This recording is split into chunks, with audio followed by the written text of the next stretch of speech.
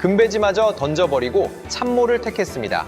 허 비서관이 털어놓는 지독한 워커홀릭 대통령과 진영을 넘나드는 실용주의 국정 현장.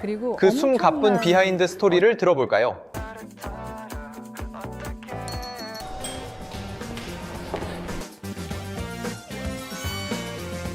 파란만장한 정치 생활을 했는데요.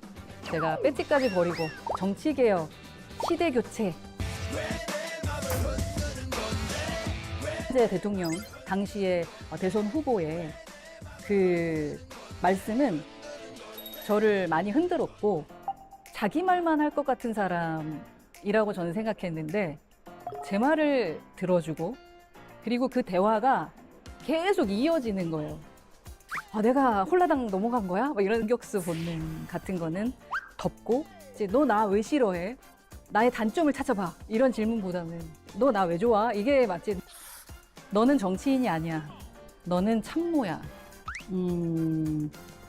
밥값 하는 정도다. 이분은 대통령이 돼서 하고 싶은 게 너무 많았던 분이구나. 바뀔 수도 있지 않을까? 라는 생각 때문에 정말 참모로서 잘하고 싶은 거예요. 저는 야당 대표 또는 여당 대표가 아니고 이제는 대한민국 전체를 대표하는 직무를 수행하기 때문에 실제로 우리 국민들이 하나로 모일 수 있는 통합의 국정을 해야 합니다. 대부분은 선거를 할 때 국민통합을 많이 해요. 단지 선거, 표를 위해서. 근데 이 정부는 진짜로 외연 확장을 하려고 해요. 이념의 틀을 벗어나야 된다고 생각하는 거예요. 그리고 제가 지금까지 8개월 동안 지켜봤을 땐 진심인 것 같아요. 잼며들었네.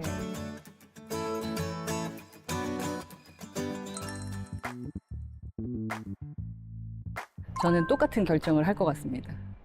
이 결정이 틀리지 않다고 생각하고 있고 처음에는 좀 퀘스천이었어요. 이 모습이 뭘까? 당대표로서 예방을 가서 만났을 때 예방을 가는 것도 두려웠어요. 좀 무서운 존재였죠.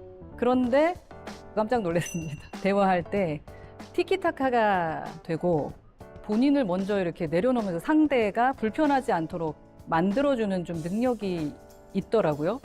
뭐랄까, 나를 영입하기 위해서 그냥 하신 소린가? 나를 너무 많이 알고 있는 거 아니야? 내가 홀라당 넘어간 거야? 이런 생각을 했었는데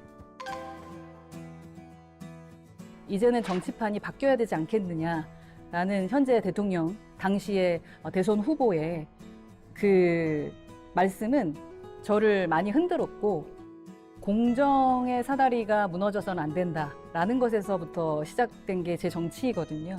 저는 비겁하지 않은 정치를 하겠다라고 약속했고 제가 배지까지 버리고 정치개혁을 하겠다고 시작을 했었는데 그런 접근이 아니었다면 저는 여기에 아마 없을 거예요. 저 한 달? 한 달 걸렸습니다. 내가 왜 이 일을 해야 되는지에 대한 답은 찾아갈 수가 있지만 사실 국민들은 제 마음을 몰라줄 수 있잖아요. 그래서 철새 각인이 그것이 좀 많이 고민이 됐던 것 같아요. 그런 지점이.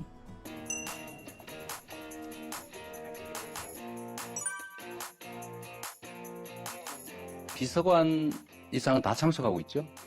극히 일부 보직을 제외하고 대부분 이제 대통령실 참모들이 다 구성이 된 것 같아요. 살짝 어색했어요. 보수 정권의 그 청와대가 아닌 진보 정권의 청와대 안에서 내가 있다라는 게 참 신기하더라고요. 그래서 두리번 거리는 게 영상에 잡혔더라고요. 그런데 그날 저는 첫날부터 잘 왔다라는 생각을 했던 게 그 대수보 비수보 회의가 너무나 다양한 대화를 하면서 토론하면서 하더라고요. 그래서 내가 원했던 게 이런 건데. 사람 사는 세상에서 의견이 다른 건 너무 당연합니다. 또 입장이 다른 것도 당연하죠. 다르고 갈등 생긴다고 해서 피하면 아무것도 되지 않습니다. 피하지 말고 당당하게 맞닥뜨려서 서로의 의견을 제시하고 또 상대의 입장을 인정하고 타협하고 설득하고 조정해가면서 우리 사회의 큰 문제들을 하나씩 좀 해결해가면 좋겠습니다. 저를 위해서 말씀해 주신 게 아니라 원래 그분의 생각이에요.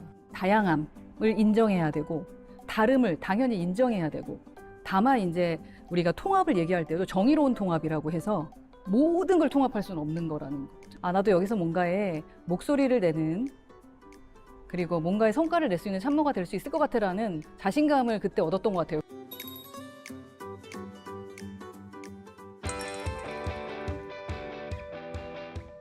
이렇게까지 힘들게 돌아가는 거라고 생각을 못 해봤었어요.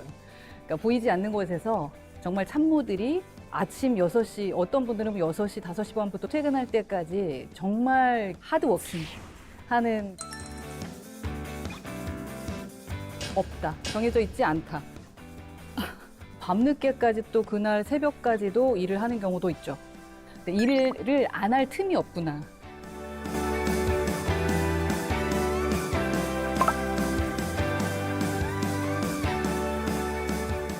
너무 깜짝 놀랐어요. 그리고 엄청난 힘을 받았습니다. 근데 제가 워낙에 일을 즐겁게 하는 편이고요. 그리고 일하는 걸 좋아합니다. 저의 한 10배 정도 되시더라고요.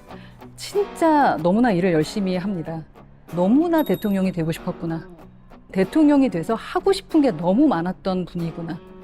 참모로서는 진짜 힘든 리더다. 그런데 국민의 한 사람으로서, 공무원으로서는 아, 저분한테는 일을 맡겨 놓으면 내가 국민으로서 솔직히 창피하진 않겠다. 밥값하는 정도다. 제가 싸울 땐 싸웁니다. 싸울 때는 누구보다도 강하게 싸울 자신이 있지만 웬만하면 안 싸우는 걸 좋아하기 때문에 참모는 보이지 않는 곳에서 일을 하는 거니까 너는 정치인이 아니야. 너는 참모야. 그래서 참모로서 네가 내야 될 성과를 생각해 라고 제가 저 스스로에게 얘기하는 편입니다.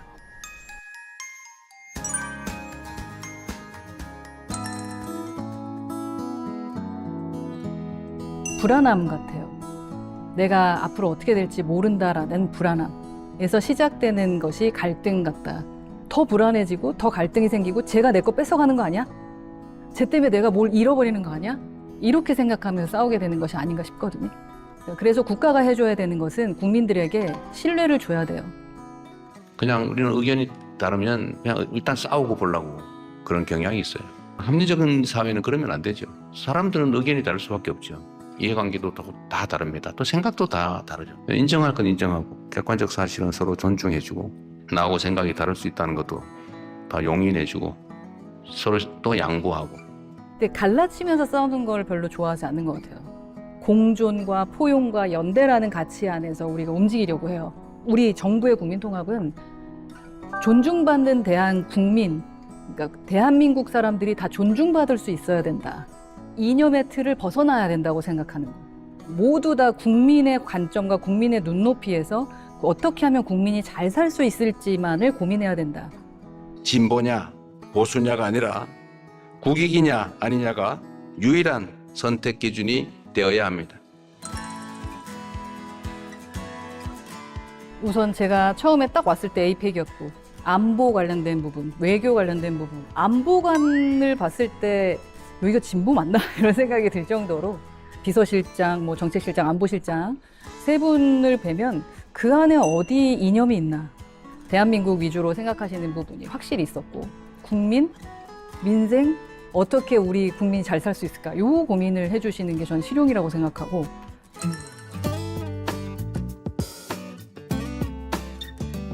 조금은 다른 제가 의견을 드릴 때도 있거든요. 그러니까 기존의 어떤 가치적인 측면이나 이념적 측면에서 조금 다르다고 생각하는 부분을 이야기하기도 해요. 그런데 그게 토론이 됩니다. 그럴 수도 있겠다라고 귀를 열어. 그럼 이건 이렇게 생각해 보면 어때요? 라던가 이렇게 아이디어를 이렇게 내주실 때 이미 머릿속에 그냥 그 생각을 갖고 있는 분이시라는 생각이 들어요.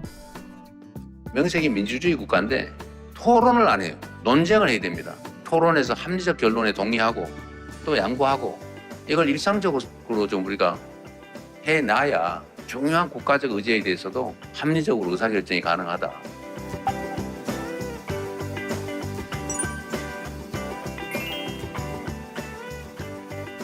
저는 그냥 들어요. 많이 들어요. 질문을 좀 많이 하고 우선 들어요. 그럼 다들 가실 때 좀 만족해 하세요. 대통령께서 지지하지 않는 청년들을 한번 만나봐요. 이렇게 지시를 하셨어요.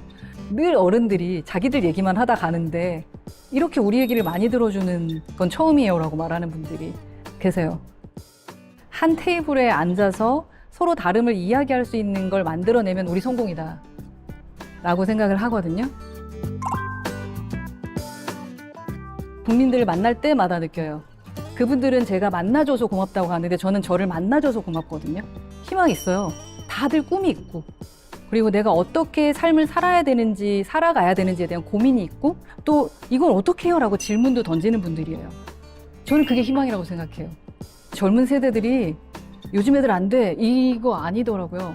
우리보다 어쩌면 그때 내 나이보다 훨씬 더 어른스럽고 고민이 많은 친구들이 이 나라를 이끌어가고 있구나 라는 것에도 희망을 갖고 또 어른들을 만나면 어른들은 미래 세대 걱정 많이 하세요. 적어도 미래 세대에게는 이 정도는 투자해줘야 되는 거 아니에요? 라고 그분들이 말씀하세요. 그럴 때 너무 행복하지.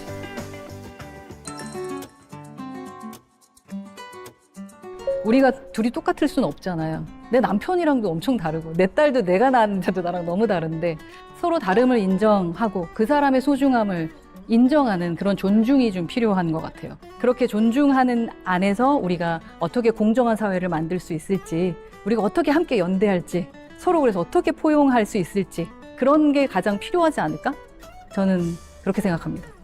우리 정부의 국민통합은 같은 생각이 아니라 같은 규칙을 믿을 수 있는 사회를 만드는 것, 존중받는 대한 국민을 만들고 함께 걸어가는 거라고 생각합니다. 국민통합이라는 게 너무 어려운 숙제거든요. 정부 최초로 수치로 관리된 국민통합이 될 수 있도록 저희가 뭐 지수든 여러 가지를 준비하고 있습니다.